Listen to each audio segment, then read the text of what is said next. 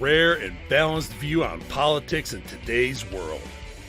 Based on facts, born of rationality, common sense, and logic, providing context on today's events.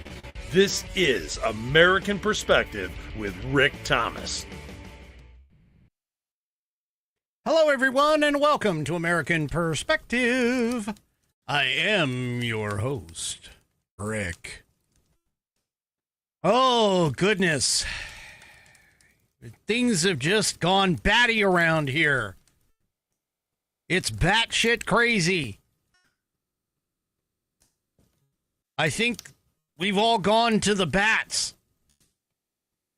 Can anybody guess what tonight's pet of the week is? All right. Stick around for that for sure. That's later on this evening. Wonderful information about some creatures that are normally misunderstood, folks. They're misunderstood. All right. Let's go ahead and get things kicked off. Tonight is Squishy. Squishy is up for tonight's Pledge of Allegiance. But first, before we get to that, tonight is... Down to business.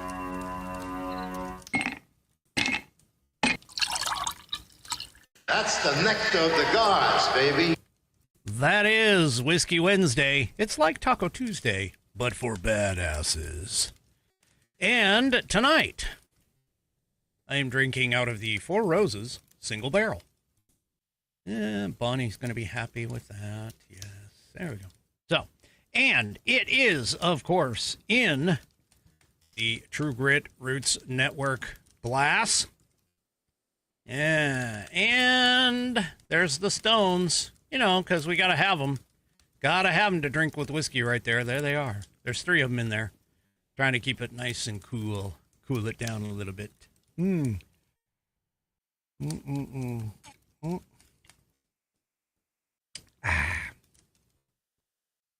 Smooth. All right. Let's go ahead and get things kicked off with Squishy. It's Squishy. Kat, you missed yours yesterday. Kat was yesterday.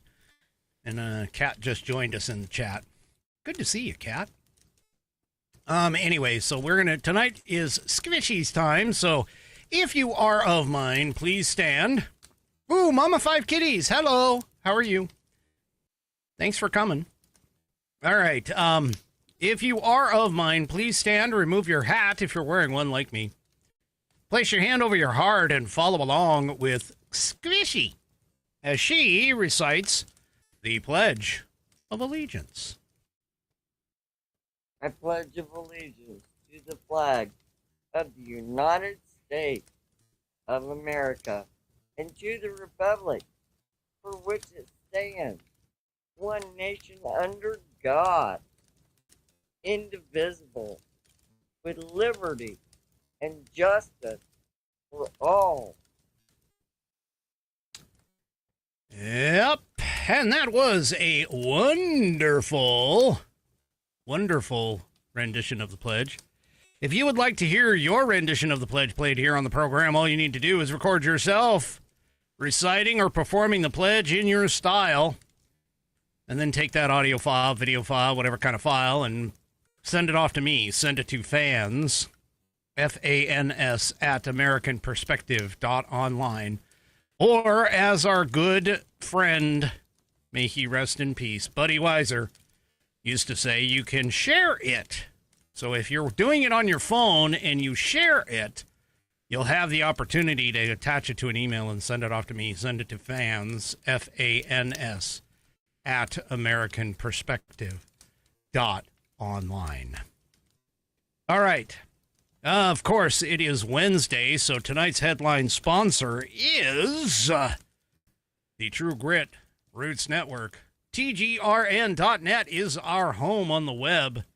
I'm showing it right now in front of you on the screen. You can listen to one or both of our fantastic channels. Walter Trout Blues Rock Radio and the Dallas Moore Outlaw Radio channel is the other one. You can listen to both right through your browser. There's the widgets. You just press that little play button, and you'll be able to listen to either channel right through your browser. Or if you want to take us on the go, and believe me, I would love it if you would take us on the go. You can download our app for either one. We got links both there on the website. You can also find us in the App Store as well as Google Play stores. You can just search up Walter Trout Blues Rock Radio or Dallas Moore Outlaw Radio. Download both. Then you can shift back and forth whenever your tastes in music for the day change. Do both of them. It's fine. We understand. Not everybody can necessarily listen to one channel all the time, but we do have such a mix of music that, believe me, Dallas Moore rocks out every once in a while, and Walter Trout, of course, rocks out every once in a while. So go ahead and download our app. Get it at either the App Store or Google Play. And don't forget to show your appreciation and your love for the True Grit Roots Network by gaining or buying or purchasing, something from our store. It is available. You can hit the link right from our TGRN.net site, and you can go directly to the True Grit Roots Network store. You can get fantastic T-shirts, hoodies, and caps or hats, whatever you want to call them. I think they're caps. These ones are caps. But each one, of course, each group, whether it's True Grit Roots Network, the Dallas Moore Outlaw Radio, or the Walter Trout Blues Rock Radio, they all have their T-shirts, sweatshirts, and hoodies. You know what? I want to take a look at this thing in black. Oh, look at that. Look at how beautiful that is in black. True Grit Roots Network hoodie in black. Ah, I love it. I'm not really too fond of the gray, but the black is cool. And the red's a little off. I'm not interested in the red, but look at the black. Black's the way to go. I'm just telling you. Go and get yourself some TGRN swag today. TGRN, that stands for True Grit Roots Network. And we are based out of Austin, Texas. Go and get your TGRN swag today. And listen every day to TGRN. Jarhead, you missed it. You missed you missed what you always love, which is the old Whiskey Musings intro. Part of it, anyway, most of it. All right, folks. Well, let's go ahead and start discussing. Once again, the Democrats play the same tune. It's the same shit, different day. SSDD. Yep, they voted again for the shutdown to continue. Yep, they did it. Yeah, like they're really going to not do it. I mean, let's face it here. But, yeah. The White House OMB, Office of Management and Budget, did announce earlier in the week that it is prepared for the long haul, confirming that reductions in force of federal employees will continue as long as the shutdown persists. The agency stated that it would sustain current measures until Democrats agree. Senate Democrats, let's do this properly because the House did their job without the Democrat support, but the House did their job. So until Senate Democrats agree to vote for the clean funding bill already passed by the Republican-controlled House. This is 100% on this is 100% on the Democrats, the Senate Democrats in particular. House Speaker Mike Johnson, of course, has been criticizing the Democrats for holding the people hostage. He said that the Democrat demands include billions of dollars in spending on what he describes as leftist pet causes, citing projects such as feminist initiatives in Africa, LGBTQ plus agenda items in the Balkans, and global climate programs, not to mention the fact that there's also the why are we giving all this money? I mean, that's what I really want to know.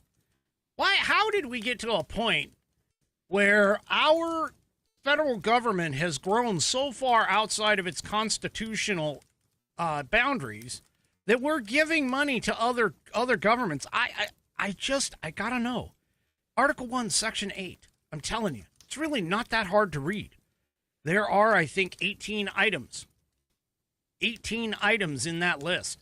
And not one of them lists anything about sending money to foreign entities. Period. Not a single one.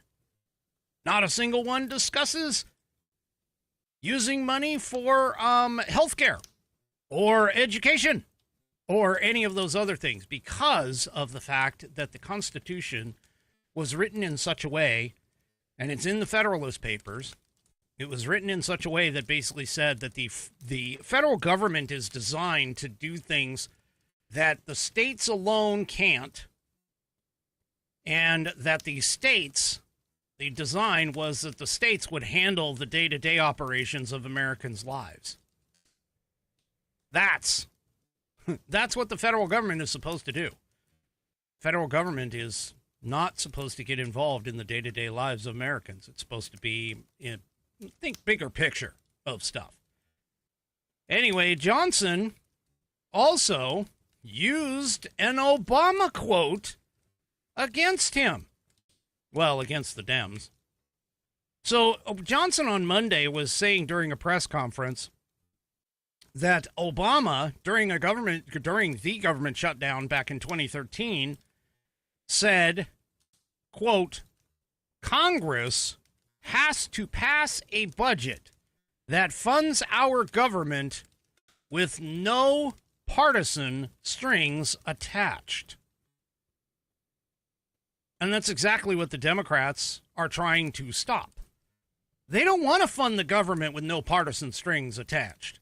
They want to fund the government for all of their little pet projects, which is exactly what the Democrats are looking for. Johnson also says, what I just read was a direct quote. Those are not my words. They belong to President Barack Obama. He was speaking there in 2013 when our government was shut down for 16 days. This would be the third longest government shutdown in American history. He says that one would be. He goes, but if Democrats keep up their obstruction here today, that's where we are going to be headed.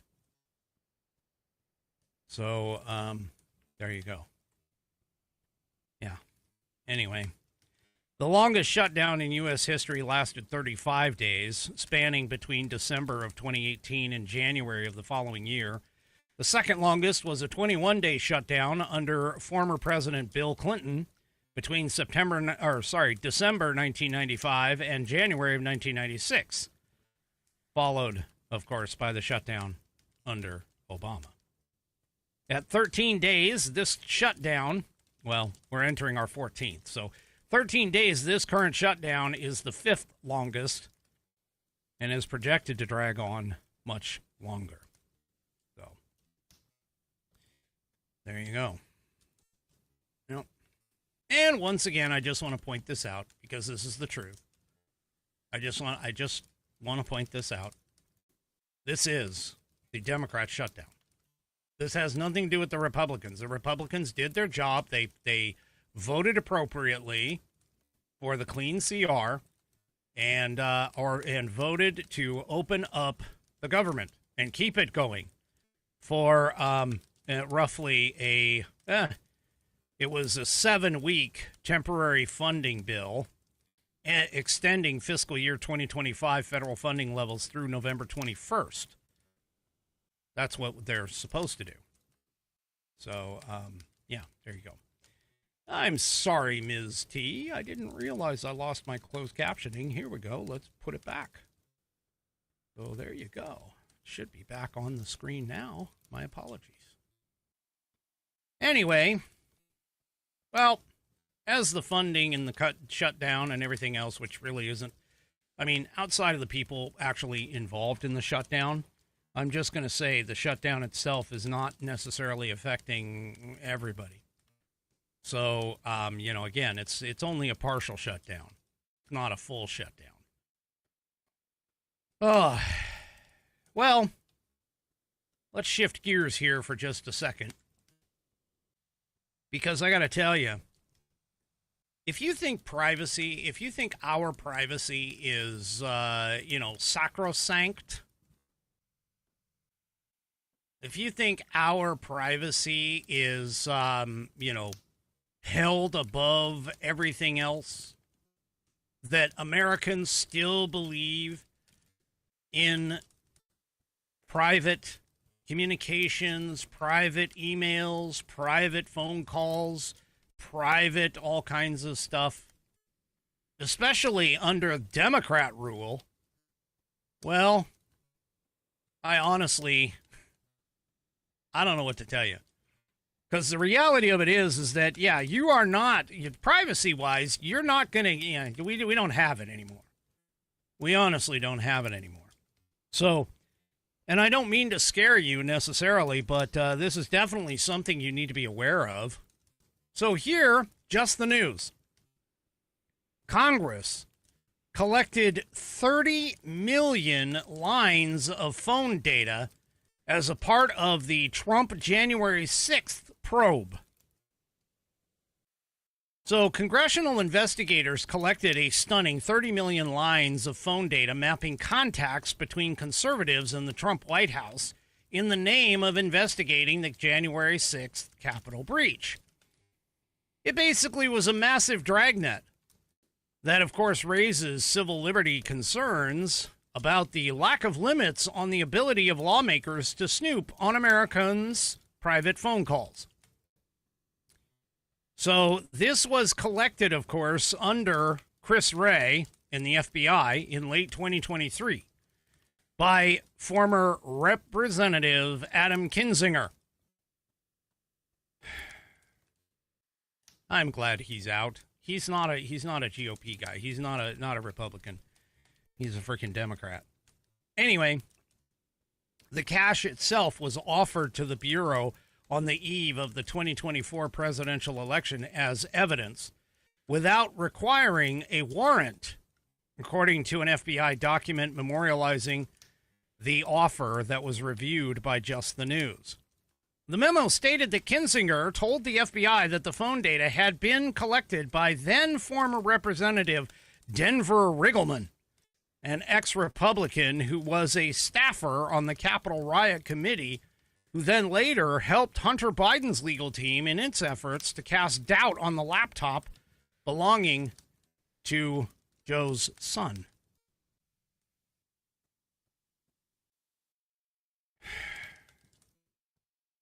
Anyway, I just, this is just amazing to me. I mean, ever since, and keep in mind, 9/11 was horrific. 9/11 was incredibly horrific. It was the worst attack on American soil by a foreign entity in modern history. And let me just put this out there. The Patriot Act, which allowed for FISA warrants to be issued against people, whether they were in communication with Americans or not, but with people who are foreign entities. That was and still is one of the most egregious invasions into Americans' privacy that there ever has been. There's so much stuff that has been done under the guise of the Patriot Act that is just, it's mind-boggling, to be honest with you. Now, one thing about this particular collection of data is that the FBI memo does not reveal whether or not the Bureau ever took Kinzinger up on his offer, but it does reveal the sheer magnitude of a phone surveillance project the Democrats ran by using congressional subpoenas to gather phone records about Americans' contacts with the Trump White House. Kinzinger told the FBI that the January 6th committee collected and linked a substantial amount of telephone data and noted that the FBI may already possess it. While former Congressman Denver Riggleman worked with the select committee, he had a contact and was able to obtain toll information, including for White House route or switchboard numbers, via congressional subpoena, the FBI agents wrote in their memo summarizing the offer. Kinzinger noted that Kinzinger, did not conduct the analysis himself, but that Riggleman had identified certain telephone connections between numbers identified as being associated with the White House and certain individuals, the memo continued. Yeah. Well, in a post on his Substack, Kinzinger confirmed that he had the conversation with the FBI in December of 2023, alerting agents to the data, but said that he believed the collection of phone records was old news because the congressional subpoenas were public. Yeah. Kinzinger wrote, quote, Congress used lawful subpoenas to obtain phone metadata in 2021. It was routine. It was reported. It was discussed openly. In 2023, I had a brief discussion with members of the FBI reminding them that this data, if they needed it in their, reminded them of this data, if they needed it in their investigations. Regardless, they didn't seem interested, and that was that. Well, keep in mind that it was revealed last week that Special Counsel Jack Smith and the Biden-era FBI collected private phone records. Now, notice that. Notice that. It's not government-owned phone records. It's private phone records of 8 Republican senators and 1 GOP House member as part of Jack Smith's investigation into the Capitol riot of January 6th. The FBI called it Arctic Frost as the investigation name. It also targeted dozens of GOP officials and organizations, according to documents released by Republican Senate Judiciary Committee Chairman Chuck Grassley in September. So this newly released memo on Kinzinger and Riggleman was recently uncovered by current FBI Director Kash Patel and has garnered significant attention inside the Bureau because of the timing of the contact between the agents and the former lawmaker in December of 2023. By that time, Kinzinger had already been kicked out of Congress because he lost his district, and the committee that he had worked for had ended its probe a year earlier. But that the 2024 presidential election between Donald Trump and Joe Biden was heating up with the first presidential primaries just weeks away from starting. Yeah. So, yeah, those my savvy Whiskey Warrior P1s that are out there. They're already catching on. Oh, yeah, but the Biden administration never weaponized the DOJ at all against conservatives. Yeah, sure. Yeah, that never happened. Well, if you're a T-Mobile person, you might be interested in this next story. This story comes from 9to5Mac. That's where it comes from. So T-Mobile is one of the few, I think, and Verizon just signed, by the way, Verizon just signed an agreement to put up satellites in space and actually do cell calls via satellite. They already have, 1 or 2 of them that are out there, but apparently they're trying to update the technology and make it so that people where you no longer need cellular towers, you can just go direct to satellite for your phone calls. It's good for places that are like way out of range, and there's usually only going to be one person or maybe 2 people in the middle of nowhere trying to make a phone call. But T-Mobile, of course, has been advertising this ability for a little bit. In fact, they used Billy Bob Thornton in his character of Landman to go and be able to, because, again, Landman is supposedly out in the middle of the desert in Texas, or out in the middle of nowhere in Texas. And so anyway, he was talking, he of course, in the commercial says, yeah, I'm making a phone call via satellite. You're all sitting there going, Rick, come on, hurry it up here. We're getting bored. Well, it's pretty simple. T-Mobile's customer call and text data was captured from unencrypted satellite communications by a couple of U.S. universities. There are some security researchers at 2 universities were able to intercept these customer call and text data, as well as picked up a little bit of military data as well. Well, this is not good. Researchers were also able to eavesdrop on sensitive government communications, like I said, U.S. military and law enforcement agencies.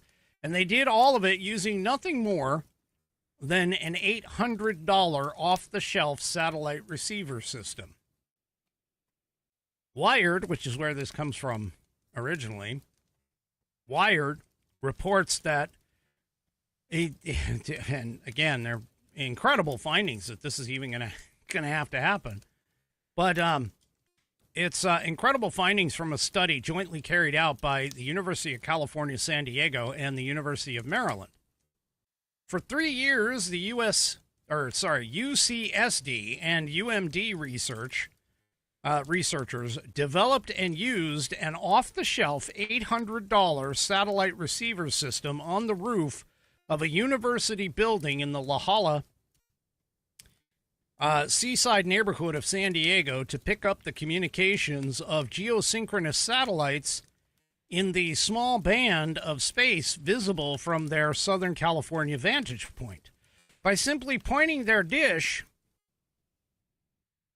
at different satellites and spending months interpreting the obscure but unprotected signals that they received from them, the researchers assembled an alarming collection of private data. They obtained samples of the contents of Americans' calls and text messages on T-Mobile cellular network, data from airline passengers' in-flight Wi-Fi browsing, communications to and from critical infrastructure such as electric utilities and offshore oil and gas platforms, and even U.S. and Mexican military and law enforcement communications that revealed the locations of personnel, equipment, and facilities. Holy cow. Now, the research team said that they fully expected to find that the data being transmitted through the satellite link was actually encrypted, but were shocked to discover that it wasn't. See, now, I'm old enough to remember that cellular companies at one point didn't have any encryption on their stuff, and all you had to do was pick up a police band scanner and know what the frequencies were, punch it in, and be able to listen in on cellular telephone calls when cellular was first coming online. Yeah, that's how far back I date in the tech industry. But anyway, yeah. So one of the researchers by the name of Aaron Schulman, he said they assumed that no one was ever going to check and scan all those satellites and see what was out there. That was their method of security. They just really didn't think anybody would bother to look up. Yeah. Now, researchers did notify all of the companies and agencies where the data was exposed. T-Mobile responded by quickly encrypting its communications, but not all of the satellite system users have yet done the same. T-Mobile customer data was exposed because in remote areas, the cell towers rely on satellite links to relay the data. Yeah. Now, customer data was also obtained from AT&T Mexico and Telmex, with the former, meaning AT&T Mexico, stating that it has also fixed the issue. Yeah. So again, folks, I'm just saying, do not anticipate that even anything that you do is on the interwebs, on your phones, on. Just assume it's all being watched and monitored, because I guarantee you they found this without encryption, but I can almost guarantee you the NSA is listening to everything, regardless of whether or not it's Americans or not. Yeah. And that goes all the way back to, by the way, even farther back than Fort Meade was reported to have a big room that was listening in on telephone calls, even way back in the day when all we had were landlines. So, just saying. All right. Well, let me tell you about this wonderful elixir that I start my day with every single day. It is fantastic stuff, known as coffee. I drink it out of a 16-ounce mug that says, "Father like no other," given to me by my wonderful children, young Miss Whiskey and young Mr. Whiskey. And yes, they are fantastic. I am a proud papa, and I think of them every single time I take a sip from that wonderful cup of that breakfast elixir known as coffee. But if you still haven't tried 1775 coffee yet, now is your shot. The 1775 starter kit just dropped. There's a small, limited number of units available. In each unit, you will be getting the bold dark roast that hits hard. You'll get to try the smooth medium roast, as well as their Vitality mushroom coffee that has clean energy and laser focus with no crash.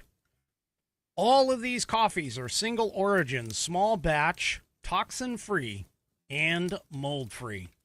Plus, you're also going to be getting a gold spoon clip, because freedom isn't scooped with plastic. That's my personal favorite.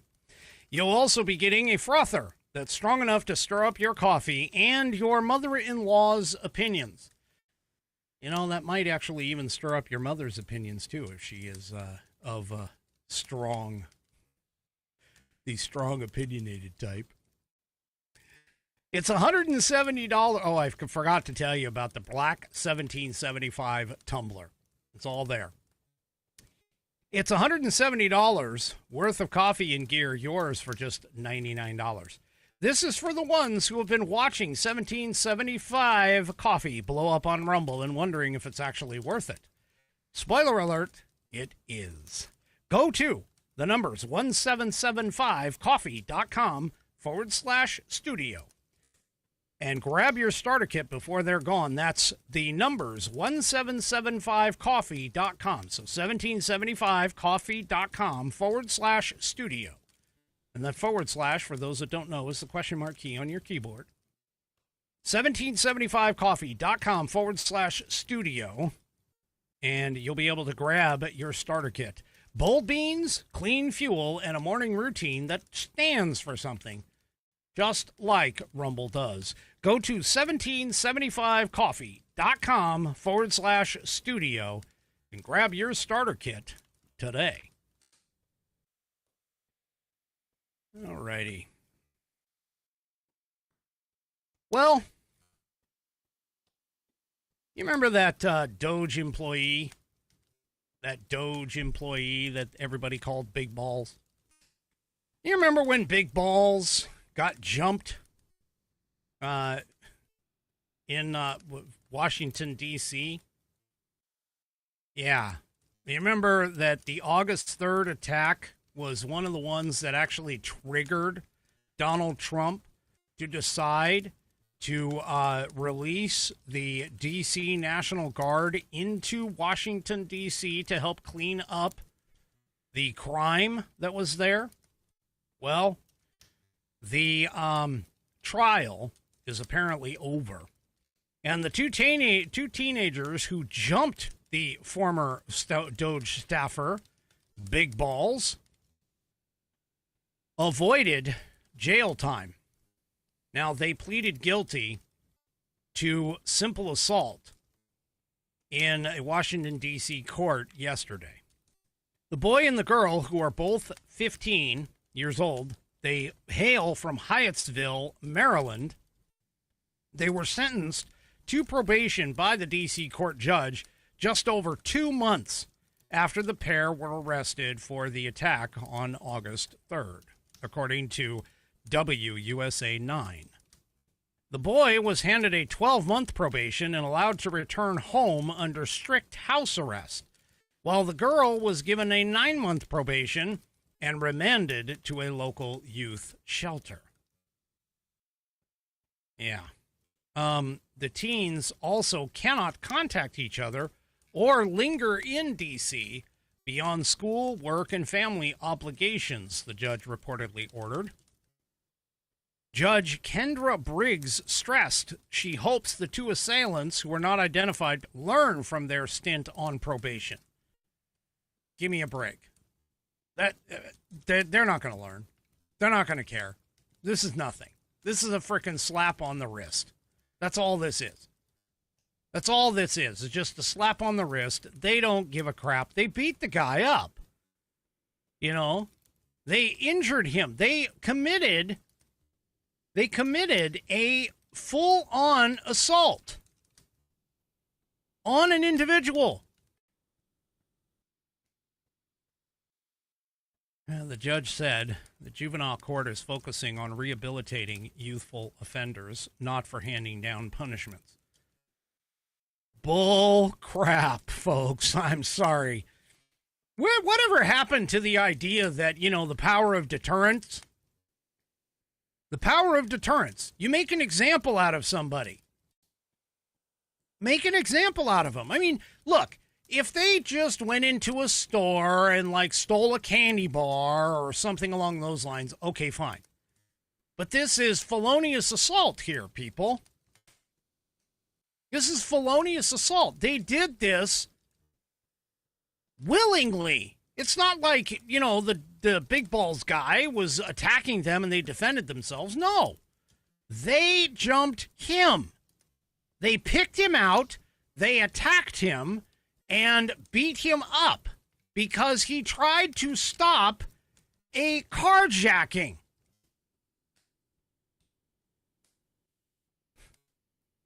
This is the problem with our penal system today.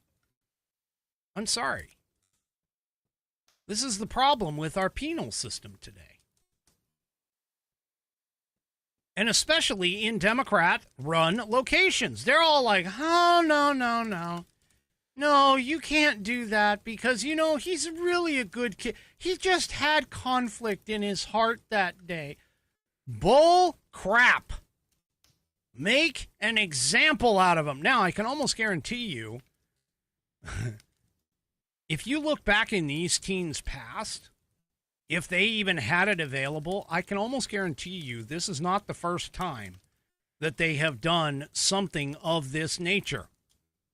You don't just all of a sudden try and carjack somebody and get into a fight when a person steps forward to attempt to stop it and beat that guy up, if you haven't already done multiple things in your past. See, what a lot of people don't seem to understand is criminal behavior is not something that is just thrust upon someone, especially felonious criminal behavior.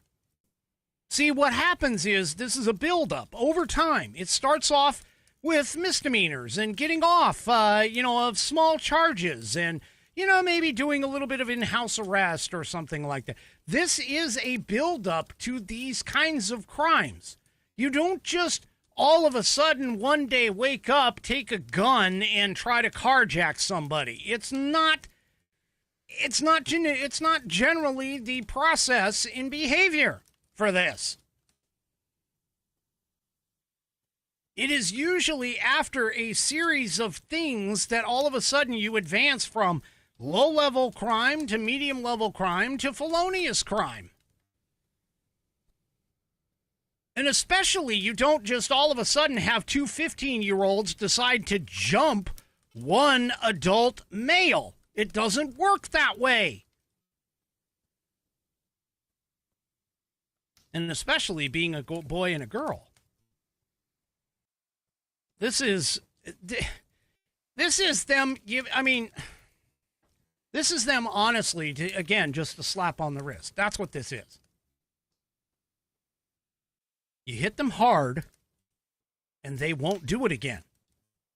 You hit them soft, and they're going to be like, I don't care. Yeah.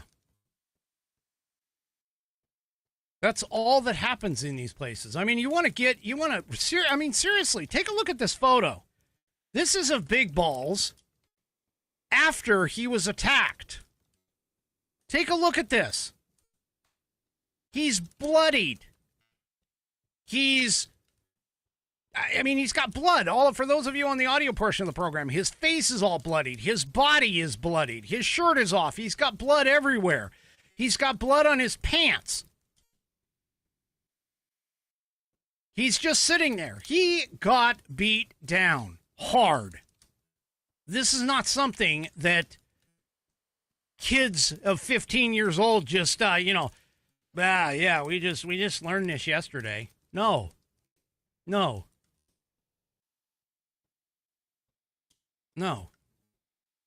This is behavior.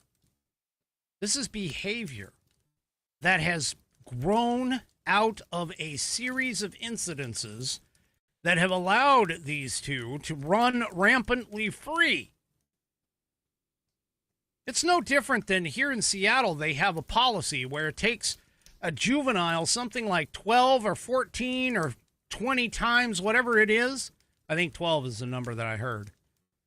And it's a minimum of 12 times being caught doing grand theft auto, like stealing cars.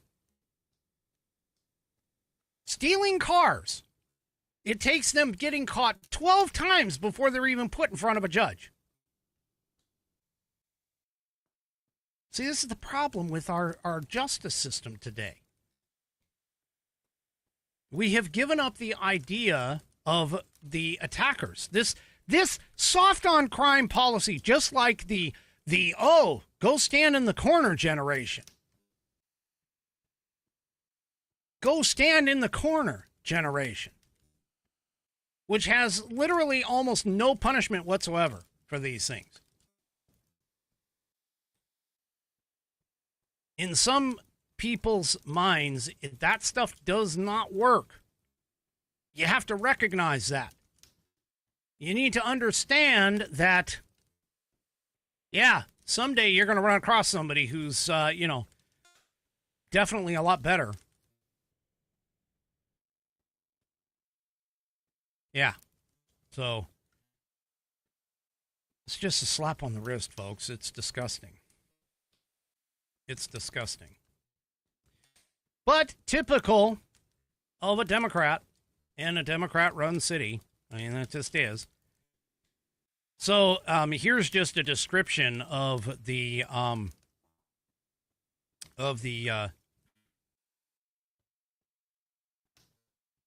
this is just a description of the attack or of the damage. So he had a broken nose, and he also was left with a concussion. Yeah. So anyway, I can't. I can't understand this mentality. I can't understand this idea of just giving people a slap on the wrist. Especially to those that have obviously built up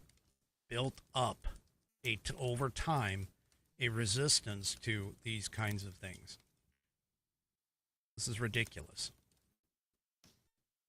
They should have at least gotten some sort of jail time, not just probation. They're not going to be rehabilitated. I can almost guarantee you those same two people have, the recidivism rate of criminals is astronomical. This idea that you can be redeemed is questionable at best.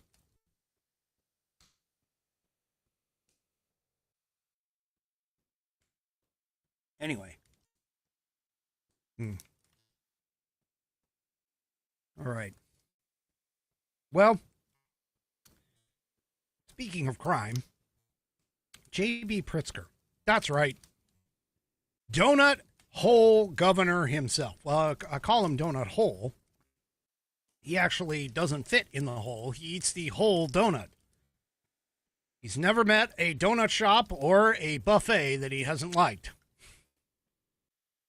This guy. He was, he was in an interview with Fox 32 Chicago.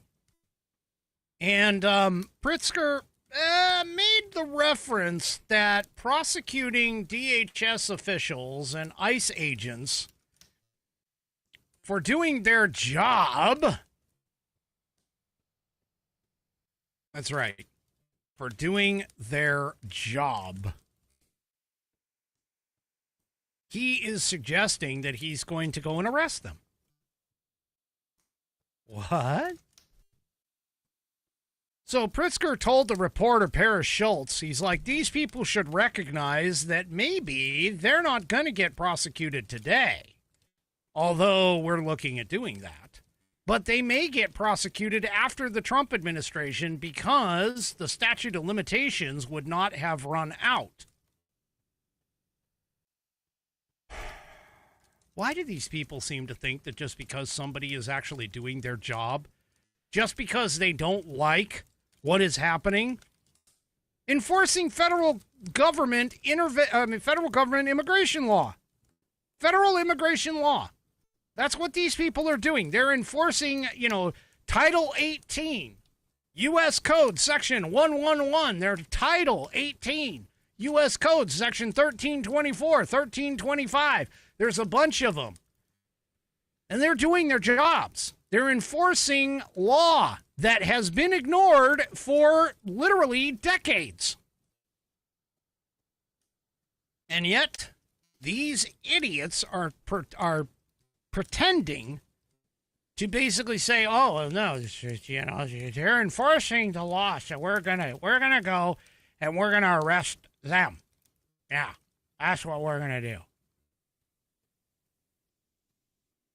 Nana of JJS says, "Please, feds, find some crime that JB did." Nana, he already is doing a crime. He is in violation of 18 U.S.C. Section 111 by doing his sanctuary policies, by trying to stop the enforcement of federal immigration law. That is known as obstruction.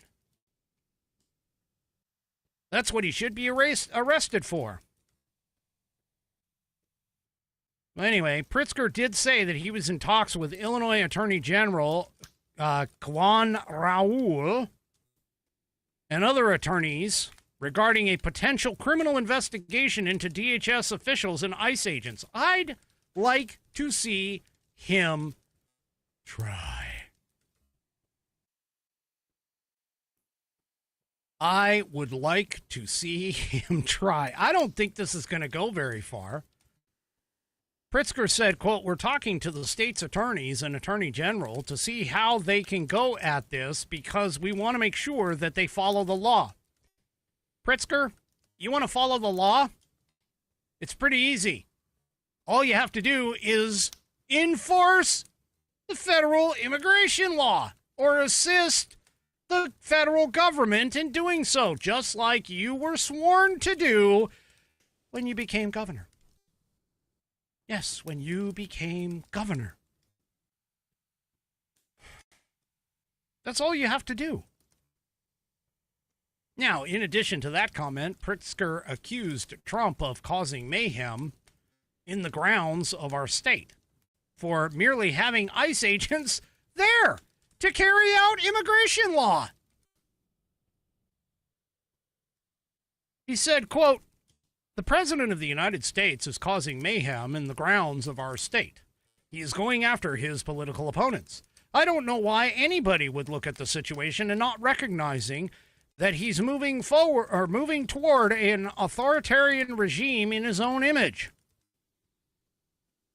That's a bunch of bullshit.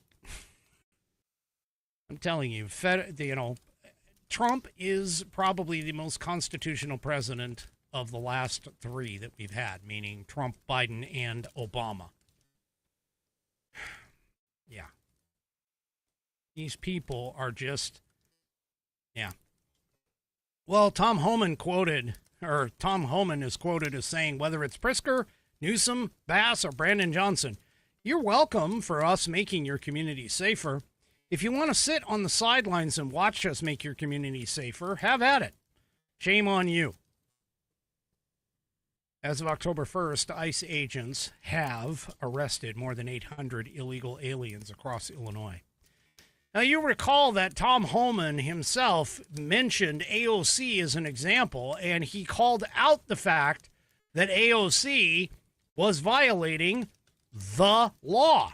Now, AOC, according to the Constitution, has immunity when she's on Capitol Hill doing debates and everything else.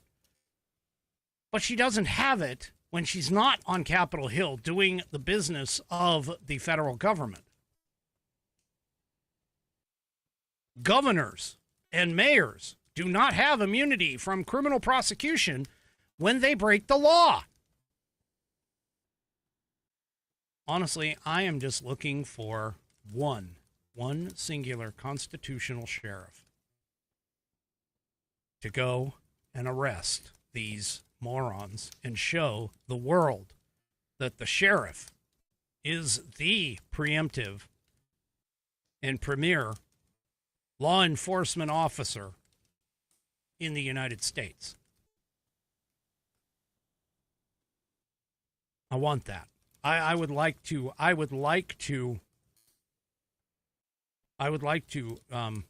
see that happen, because I think it can. I'm seriously believing 100% in the idea that it could happen that way. And I would love to see it happen that way. All right. Well, Jack Smith. Yes, he's back in the headlines, but not for what you think. Jack Smith has now been called to testify before the House Judiciary Committee. So Jim Jordan has sent out a subpoena for him. According to Jim Jordan, Jack Smith is ultimately responsible for the prosecutorial misconduct and constitutional abuses of his office. Jordan wrote, among the disturbing tactics employed in that prosecution, meaning the prosecution against Donald Trump, your team sought to silence President Trump by restricting his public statements about the case, conducted an unnecessary and abusive raid on his residence. You'll remember the Mar-a-Lago case where they went and admitted in court that they brought with them classified folder covers and laid them out on the floor in order to take a photo opportunity of the pictures, and made everybody believe that there were, classified documents in the bathroom at Mar-a-Lago. When you got to remember, the president has carte blanche. The president is the declassification authority in the executive branch. He can and did and likely can do again now declassify anything at just by their mere actions of declassification. They don't even need to go through this these processes that the left seems to think that they have to. No, they don't. And as Jarhead 13 points out, they even went through Melania's and actually Barron's as well underwear drawers. I mean, this was a general warrant that was served at Mar-a-Lago. They didn't know necessarily what they were looking for, and they didn't really know necessarily where it was, which are the two key points in a warrant.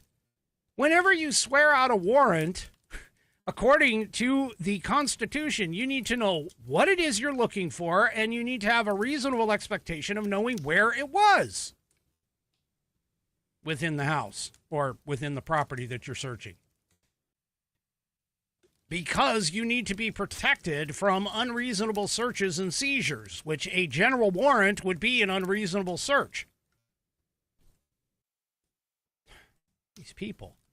Anyway, to continue on with Jim Jordan's quote, he said, conducted an unnecessary and abusive raid on his residence, meaning Donald Trump's, attempted to improperly pressure defense counsel with the promise of political patronage, and manipulated key evidence in the investigation, which has to deal with the, photos and the classified covers and all that other stuff.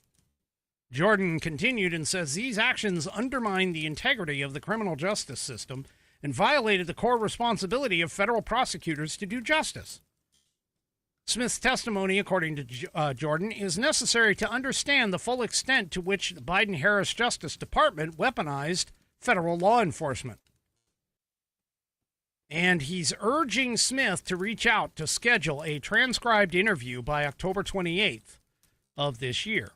The committee is also requesting communications related to Jack Smith's work as special counsel, as well as documents and communications related to his appointment. Now, keep in mind, appointment. His appointment might be in question. Now, that was never fully vetted. But Jack Smith's appointment as special counsel, because he was not already an attorney general, so he had not already been vetted by the Senate. He was a private citizen that was appointed to special counsel, and I believe wholeheartedly that is a violation of the Constitution when you put somebody in that kind of a position. So because he wasn't appointed legally, I think that's actually one of the major reasons as to why he decided to back off, because that was going to get questioned and he was probably going to get everything thrown out anyway. So, yeah, there you go. So, Jay Bratt and Thomas Wyndham, who were top prosecutors in Smith's office, they refused to answer questions by invoking the Fifth Amendment privileges in interviews with the committee. So the letter also points to documents, Jim Jordan's letter, also points to documents released October 7th by the FBI revealing that his team obtained phone records of 8 Republican senators, along with Republican Tennessee Representative Bill Hagerty as part of the Arctic Frost investigation. Again, why would they need this? What would be the point in having this stuff? Now, earlier records that were released by Chuck Grassley revealed that subpoenas were issued to dozens of conservative organizations, including Turning Point USA and the Republican Attorneys General Association as part of this probe. Why? What would they have to do with classified documents at Mar-a-Lago, for an example? Anyway. Now, Smith is still also facing an ethics investigation from the Office of Special Counsel. Republican Arkansas Senator Tom Cotton confirmed this in August. That investigation centers on whether or not Smith violated the Hatch Act, which, for those that don't know, the Hatch Act is a law restricting federal employees from engaging in some political activities, like campaigning for other people while on the clock and at government places. Anyway. Yeah, this guy, he is, he's not going to go away. And frankly, I hope that they get him. I think he is a dastardly individual. I think he bends the law. It's been shown. His history is of bending the law to things that he wants done, even though they're completely novel, and they honestly haven't been upheld at all with all of that. All right. Well, before I get on to my next topic, let's talk to you a little bit about Augusta Gold. So, did you know the biggest threat to your retirement is not something that's talked about very often? Our increased longevity. That's right, because we're living longer in America. That means that our default retirement accounts like IRAs, 401ks, and TSPs may not suffice.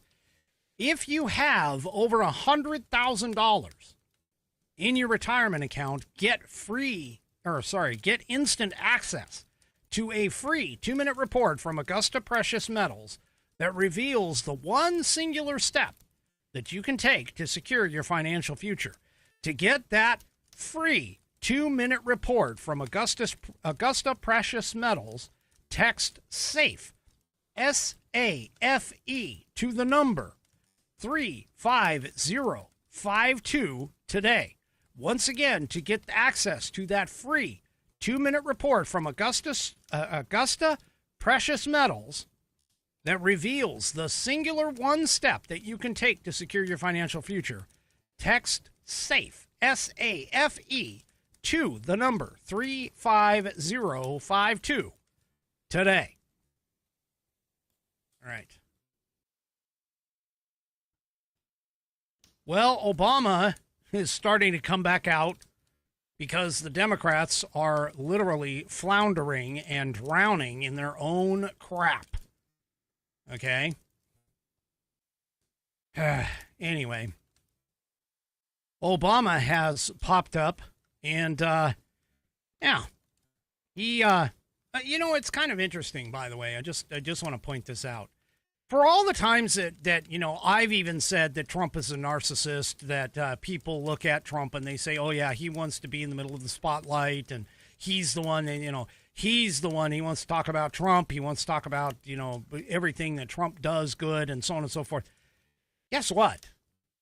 His predecessor in his first term, Obama, was, he was definitely one who all wants to talk. I mean, he's got an ego the size of, I don't know.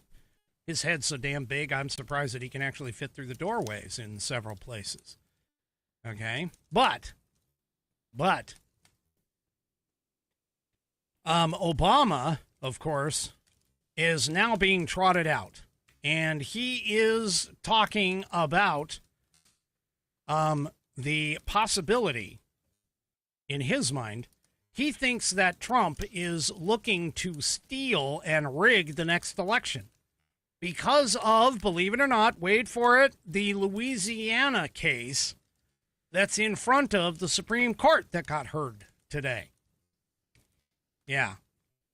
Well, let me just explain a little bit of something. Barack Obama did a video with Yes on 50, meaning he wants California to redistrict. He wants California to break their constitution and to ignore their voters and redistrict California to basically combat what he believes is Republican gerrymandering. Now, here's the video. Let's go ahead and take a quick listen. California, the whole nation is counting on you. Democracy is on the ballot November 4th. Republicans want to steal enough seats in Congress to rig the next election and wield unchecked power for 2 more years. With Prop 50, you can stop Republicans in their tracks. Prop 50 puts our elections back on a level playing field, preserves independent redistricting over the long term, and lets the people decide. Return your ballot today. Vote yes on 50.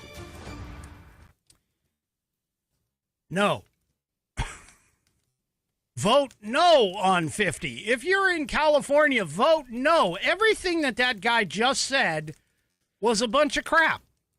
He talked about restoring the independent committees for redistricting. What a load of crap. Yes on 50 actually takes that away from you. Now, that was a voter initiative that was passed long before Donald Trump even decided to run for president. But seriously, folks, I mean, yeah. So a couple other things, by the way. He points out that democracy is on the ballot. No, democracy is not on the ballot. The republic is on the ballot. Okay? The republic is on the ballot. He talks about Republicans wanting to steal enough seats in Congress to rig the next election. No, they are looking to stop the crap that the Democrats have done for decades with regards to gerrymandering. Yeah, and by the way, that statement, so much for lowering the temperature in the political sphere. But anyway, you can just imagine, and this is a piece in PJ Media, you can just imagine how a mentally unstable Trump hater might actually interpret that as a dog whistle, because, they all worship at the throne and kiss the feet of Barack Obama. Yeah. So, anyway.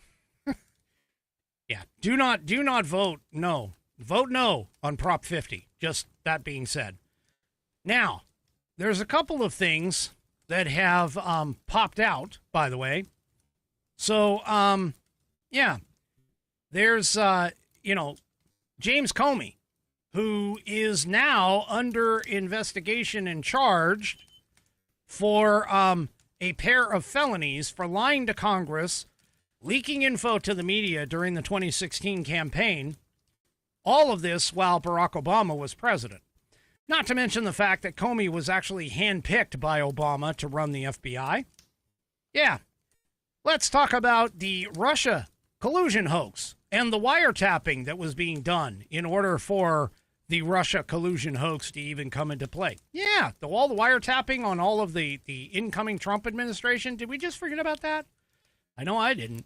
So I guess wiretapping doesn't really count as like rigging. Trying to, making up a bullshit story is not counted as rigging. Yeah, okay. They manufactured and politicized the phony intelligence to try and defame Donald Trump. Yeah. Mm-hmm. Yeah. Oh, and let's just talk about that wonderful President Obama crowning achievement in the Middle East. Oh, yeah.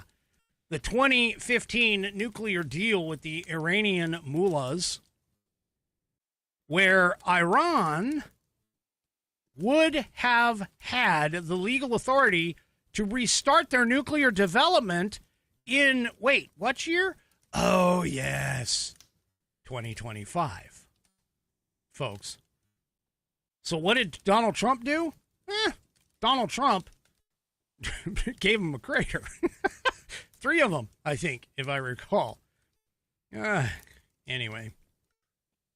Obama, of course, gave Iran billions of dollars as a part of that deal, too, by the way, which Joe Biden did also at the same time. He put together, $6 billion right before the October 7th attack on Israel. Yeah. Uh-huh. Now, of course, Obama, like all Democrats, has absolutely zero self-awareness. They just don't. They don't have it. Yeah. So, oh, and by the way, he won the Nobel Peace Prize for doing literally nothing but talking about peace. Yeah. And, yeah. And here we have Donald Trump on the verge the second time around, because we have to talk about the Abraham Accords. This is the second time around he has been on the verge of negotiating Middle East peace. Yep. But, you know, no. And, let's not even talk about, like, Fast and Furious and some of the other things that were going on under Obama. Yeah. Okay. So, there's no comparison, by the way, between Trump and Obama, these people. I mean, everybody that says that there isn't. Yeah. Anyway. Oh, yeah, and we can't forget, of course, domestically, the stuff about Obamacare, the targeting, the Affordable Care Act, which is anything but affordable. Remember, you can keep your doctor if you want. No, you can't. Not according to them. And let's also not forget the whole idea of using the IRS to go after conservative 501c3s. Yeah. Oh, yeah. Let's just keep all of that going. All right. Well, let me just explain something to you about today.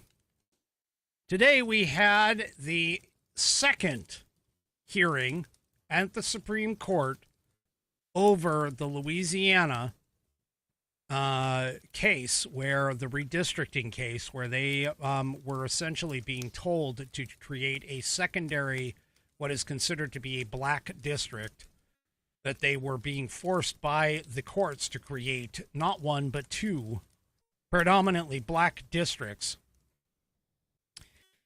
And although that was supposed to have been completed the last SCOTUS term, the SCOTUS decided to punt it to this term because they wanted to clarify a couple of things. They were looking to clarify a couple of things in particular about Section 2.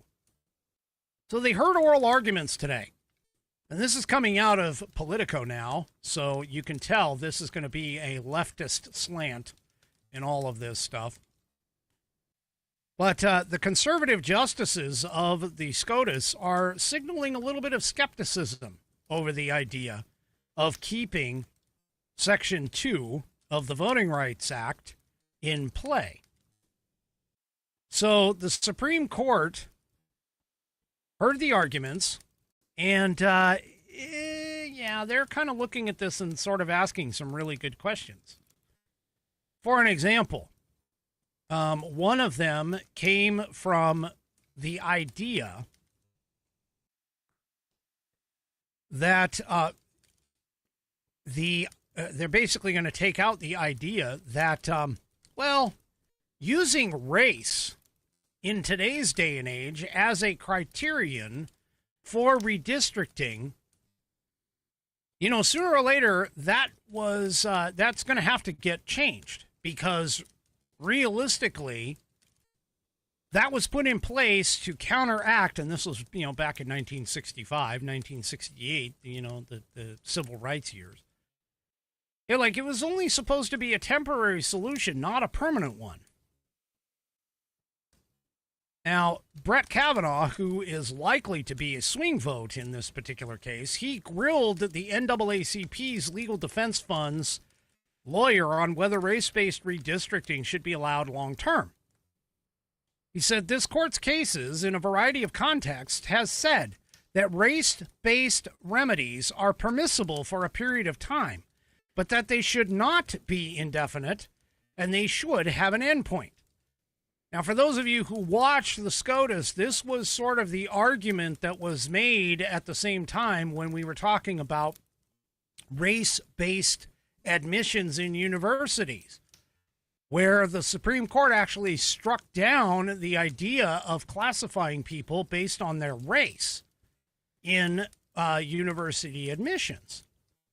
And you'll recall that was a big problem back in the back.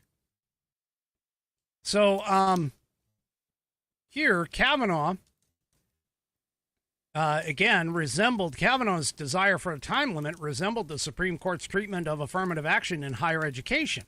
2 years ago, the 6-justice conservative majority, now I don't know why they keep saying it's 6-3. It's not 6-3. It's actually 5-4, but whatever.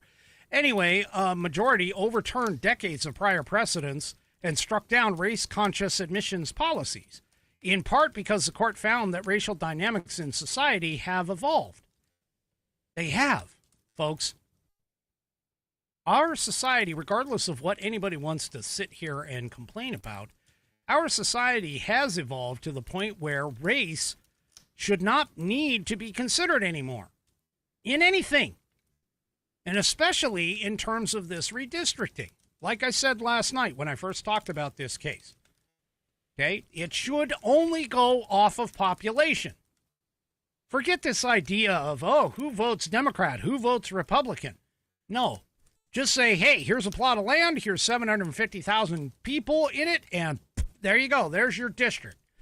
If it leans Republican, great. If it leans Democrat, great. Nothing else should be considered. Because constitutionally, that's the only qualifier to determine things like the apportionment. See, constitutionally speaking, they didn't care. The founders did not care necessarily about the idea of, oh, how many women, how many, how many men, how many able-bodied men, how many people are owning, land. They didn't care. They pointed out and said, look, it's just how many people who exist there. That's it. That's it. There shouldn't be, it should basically just be based off of population. And this whole gerrymandering idea, which, by the way, I just want to point this out, this is why. This is exactly why this is even being considered. Take a look at this map of Louisiana. You see that bright blue district number 6 that stretches from, the upper left corner of the state all the way down to almost the lower right corner? Yeah, that's why. This is exactly why. They basically, all they should do is just say, hey, how many counties does it take for us to reach 750,000 people? Or as close as we can get? Or whatever the number is. I'm using 750 as an example. Mainly just because I was reading an article where AOC, or I think it's not AOC, it's Jasmine Crockett represents 750, thousand people. Yeah, anyway. That being said, that's what they need to do. They should just say, hey, you know what? We're gonna divide the state up into these districts based on how many people actually exist, and the size of the district is going to depend on how many people are in that particular geographic area. That's it. That's it. That should be it. There's your district. And they don't want to do that. Because in this particular case, as you look at this, in this particular case, they had to draw these really strange, weird lines, cross over, cut out half of a county. Half of a county is in one district and another half of a county is in another district and so on and so forth. No, that's bullcrap. And then you sit there and they look at these jagged lines. They're all over the place. Holy crap. Take a closer look at this thing. Look at this right here. Right here in the center of the screen. Look at that. Look at how jacked up that line is for this district. Oh my gosh. Anyway, this is why. Illinois has the same thing. You look at California, they have the same thing. But yet you take a look at places like, Arkansas, Oklahoma, South Dakota, North Dakota, the center of the country where the Republicans are. You take a look at those maps, districts. Man, there's one state I saw. I showed it a few episodes ago. There was one state that I saw that almost every single district in that state is a rectangle. There is no question. It's just here's a rectangle. There it is. That's how it should be done. That's the redistricting. That's it. All you got to do is just figure out how many people is it going to take, which they already know based off of the census, how many people they have in a state, and then they divide that up by how many people, it's going to take roughly to create the districts. Because, again, they have to figure out how many districts, because we can only have 435 in total constitutionally. So they basically have to go through the entire United States and say, okay, you know, Oregon gets so many, Washington gets so many, California gets so many, et cetera, based on population. And then they decide, all right, well, we have, you know, 10 or 15 of these districts, whatever it is, and, you know, what's our population? Okay, take our population count, our total population count, divide it up by how many districts we have, and that tells me I need X number of people in each district. There you go. Can't get any simpler. It's simple math, not the Common Core math, but the simple math. That's all it is. Can't get any simpler than that. So, yeah. Anyway.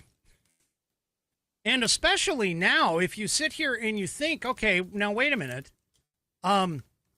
If you think about this, and they say, oh, yeah, like I was saying last night, they say, oh, yeah, you know, minorities generally tend to vote Democrat.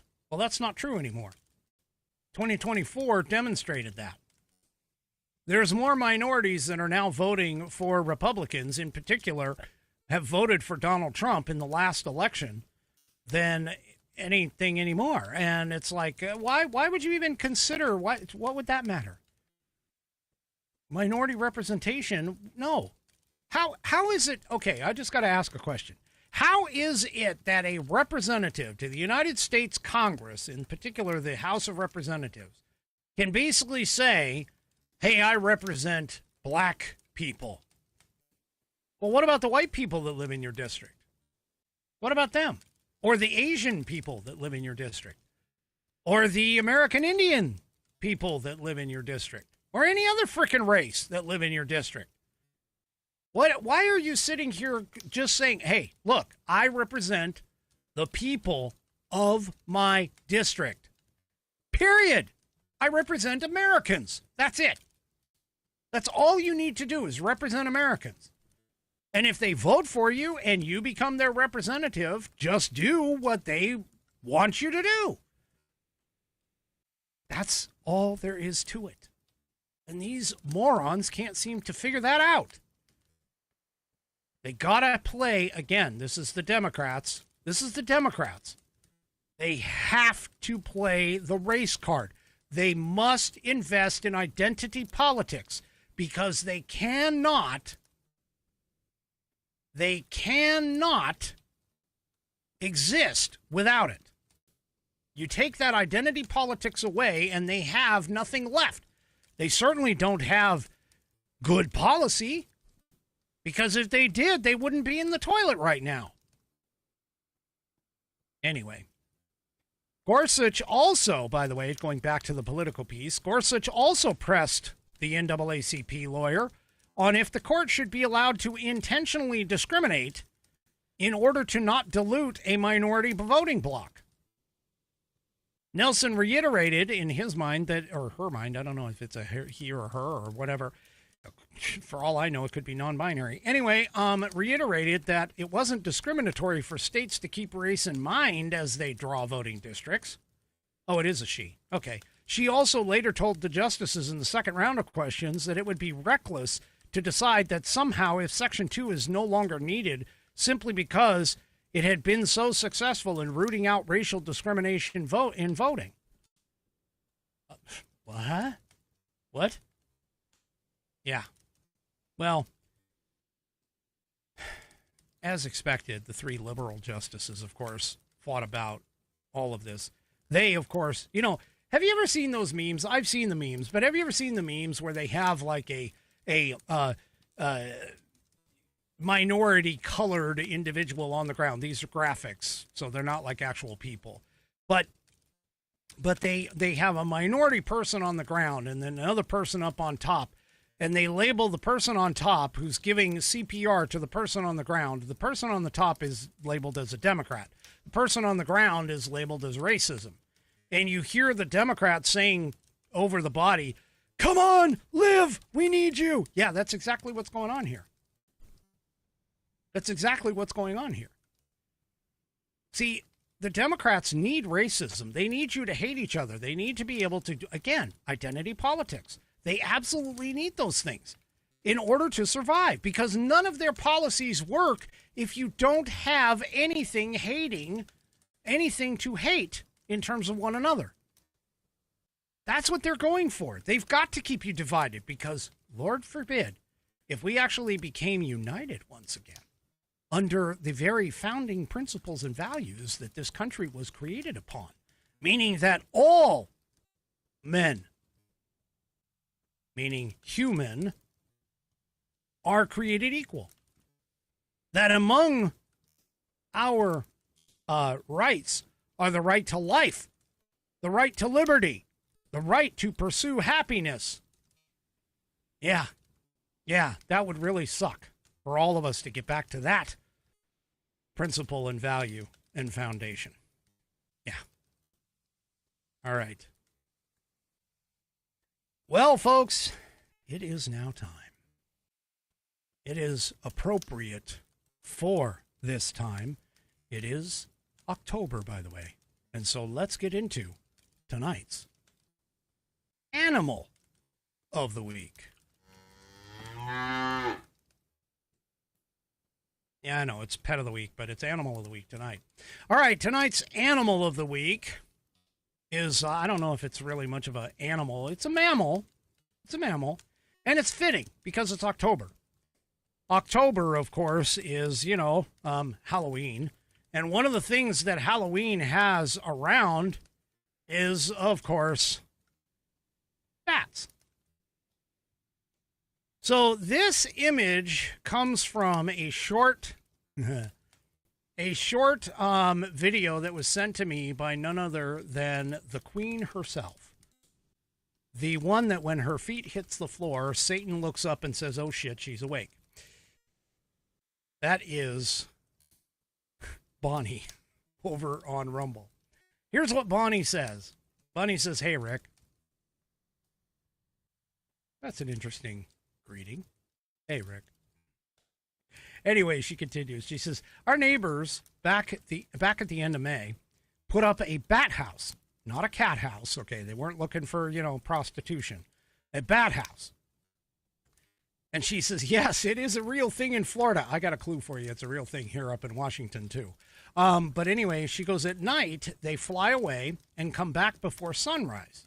They tell me that it is because these tiny bats take care of the mosquitoes."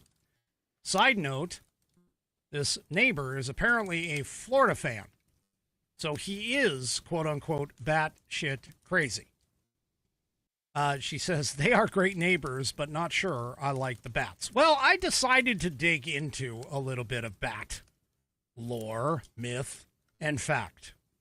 And first of all, everything that I'm about to tell you comes from the Florida Bat Conservancy. So here's the deal. If you go to floridabats.org, that's Florida, Florida, bats.org, you will be able to get this same information. Now, apparently, according to Florida Bat Conservancy, there are 13 species of bats that either are year-round or seasonal residents.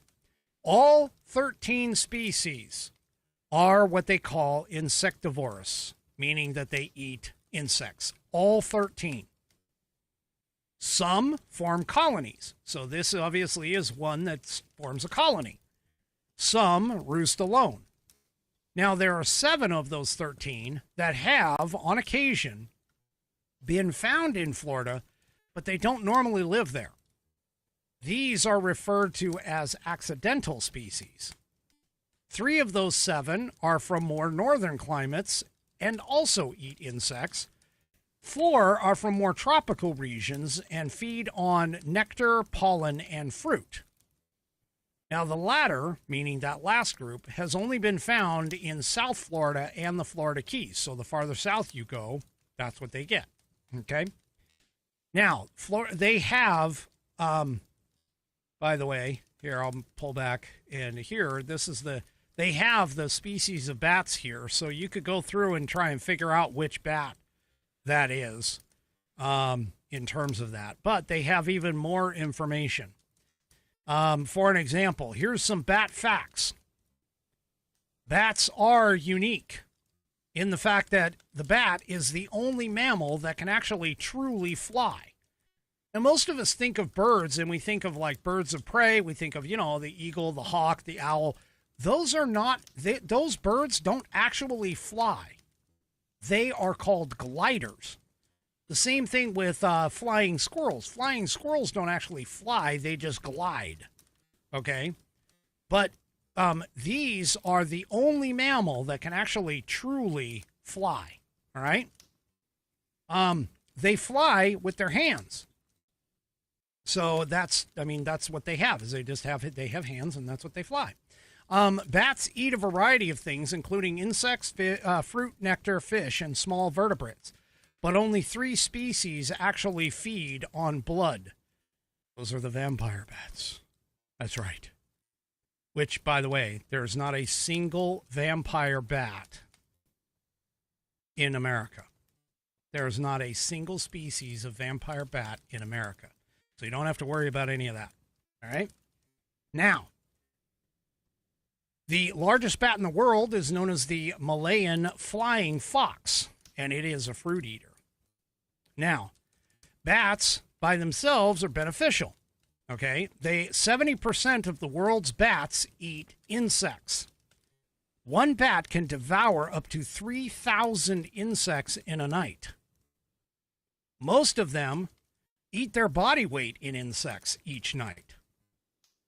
So there you go. Most of them are out eating the out eating insects.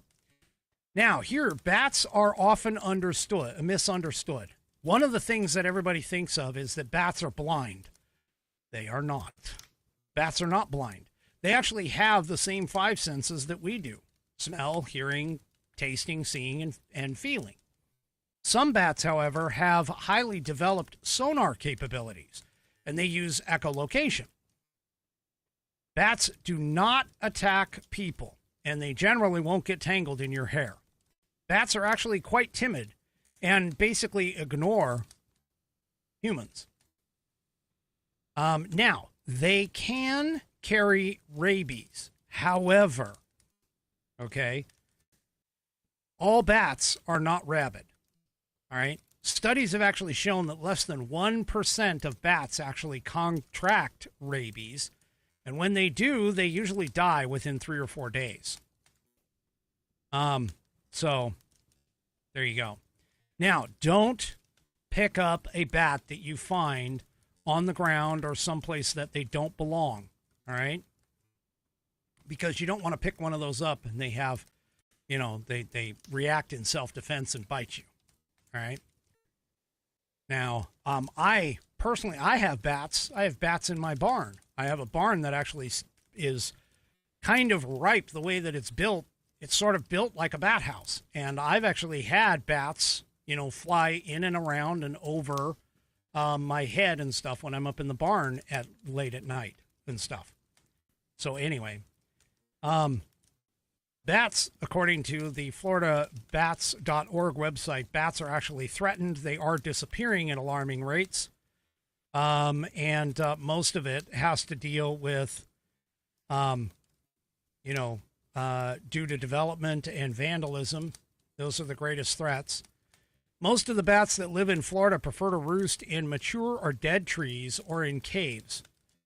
And many bats are actually squeezed out of urban areas due to loss of habitat, or they take up residence in buildings and become targets for abuse.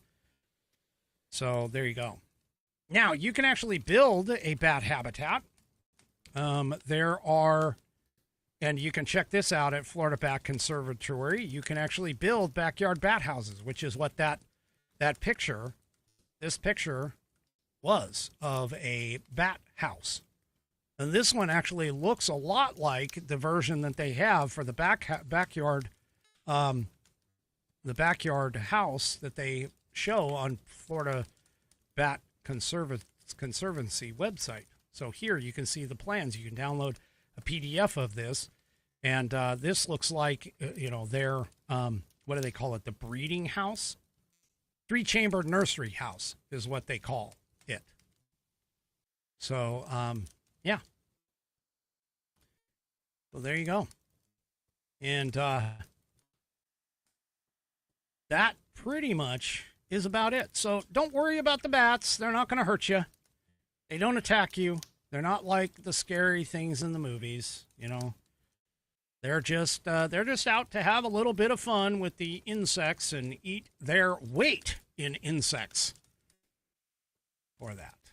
So there you go. All right, that is it for tonight's show, and thank you for that pet of the week. If you want to put in your pet of the week, all you have to do is send it to me. You can send it to fans, FANS, at AmericanPerspective.online. And I, of course, will feature it on the program. We did this tonight just because, it was something that Bonnie was interested in. And I asked her if she wanted me to research bats. And so there you go. I've researched bats. All right.